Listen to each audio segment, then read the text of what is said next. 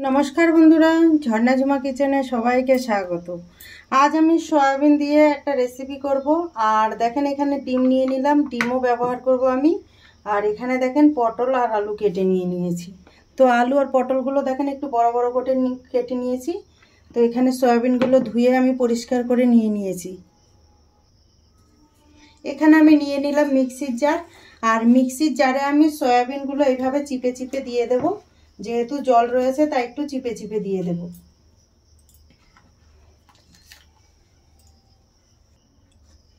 এইখানে দেখেন 2 কোয়া রসুন, আদা আর নিয়ে নিলাম কাঁচা লঙ্কা দিয়ে দিলাম।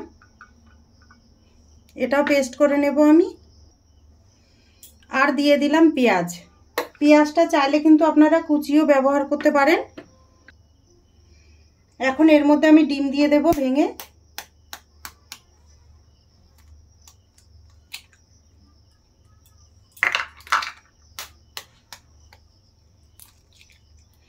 আমি দুটো ডিম দিয়েছি। দিয়ে দিলাম গোটা জিরে। ভালো করে এখন পেস্ট করে নেব। দেখেন সয়াবিন আমি পেস্ট করে নিয়ে নিয়েছি আর এটা কিন্তু আমি দরদরা করে পেষে নিয়েছি। তো এখন টেস্ট হিসাবে আমি নুন দিয়ে দিলাম। দিয়ে দিলাম হলুদ গুঁড়ো, লঙ্কা গুঁড়ো। এখন আমি মেখে নেব। আপনারা চাইলে কিন্তু এটা নিরামিষও করতে পারেন, তবে সেই ক্ষেত্রে কিন্তু ডিম, পেঁয়াজ, রসুনটা দেবেন না। দেখেন সয়াবিনটা কেমন আমি পিষে নিয়েছি, একদম দরদরা। আমার মাখা হয়ে গেছে, এখন আমি ভেজে নেব। তেল গরম হয়ে গেছে, এখন আমি দেখেন এইরকম গোল গোল করে বড়ার মতো বানিয়ে নিয়েছি, সেটাকে এখন ভেজে নেব। দেখেন তেলের মধ্যে দিয়ে দিলাম।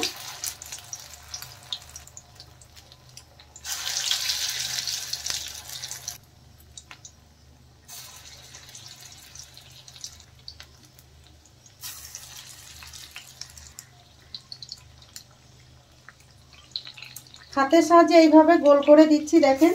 তো আমি কয়েকটা বড়া দিয়ে দিলাম, এখন এই কটা ভেজে নেব। এখন আমি পাল্টে দেব। দেখেন আগে যেগুলো দিয়েছি সেগুলো কিন্তু ভাজা হয়ে গেছে।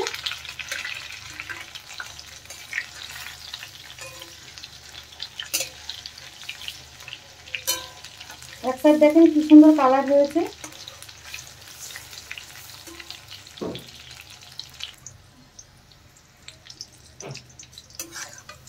দেখেন এই বড়াগুলো ভাজা হয়ে গেছে, এখন আমি তুলে নেব।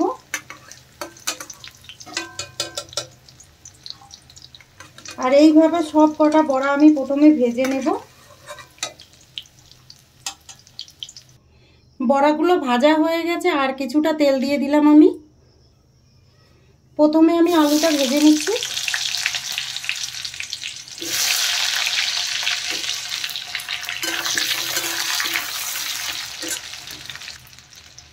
আলুর মধ্যে নুন দিয়ে দিলাম আর দিয়ে দিলাম হলুদ গুঁড়ো। নুন হলুদ দিয়ে আলু ভালো করে ভেজে নেব।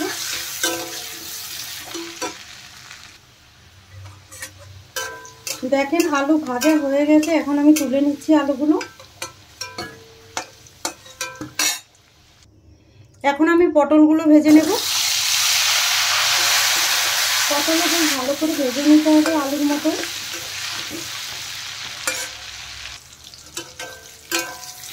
দেখেন পটলগুলো ভাজা হয়ে গেছে, এখন আমি তুলে নেব পটল। ঠিক এইরকম করে ভেজে নিতে হবে পটল। ফোড়নে আমি দিয়ে দিলাম গোটা জিরে। জিরে একটু ভালো করে ভেজে নেব।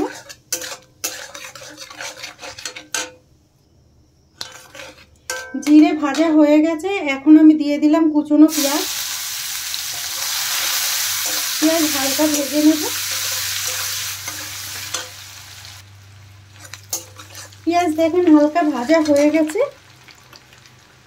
এখন এর মধ্যে দিয়ে দিলাম রসুন বাটা। রসুন দেওয়ার পরে আরেকটু কষিয়ে নেব, যাতে রসুন আর পেঁয়াজের কাঁচা গন্ধটা চলে যায়। এখন আমি দিয়ে দিলাম আদা আর জিরে একসাথে বেটে নিয়েছি, সেটা দিয়ে দিলাম টমেটো বাটা,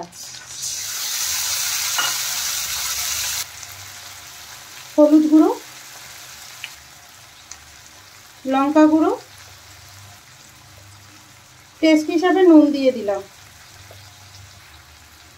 এখন আমি সব মশলা একসাথে ভালোভাবে কষিয়ে নেব। যতক্ষণ মশলা থেকে তেল রিলিজ না করে ততক্ষণ কিন্তু মশলা কষাতে হবে। দেখেন মশলা ভালো করে কষানো হয়ে গেছে আর মশলা থেকে কিন্তু তেল রিলিজ করে দিয়েছে। এখন আমি এর মধ্যে ভেজে রাখা আলু আর পটলগুলো দিয়ে দিলাম, দিয়ে মশলার সাথে ভালো করে কষিয়ে নেব।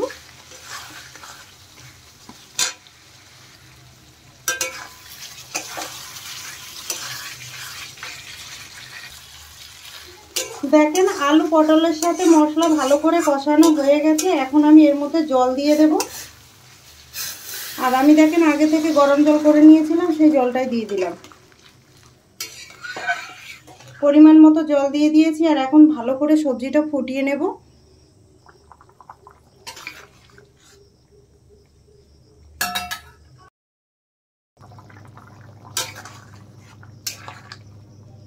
দেখেন আলু ভালোভাবে সেদ্ধ হয়ে গেছে। এখন আমি যে বড়াগুলো ভেজে রেখেছিলাম সেই বড়াগুলো এখন দিয়ে দিলাম।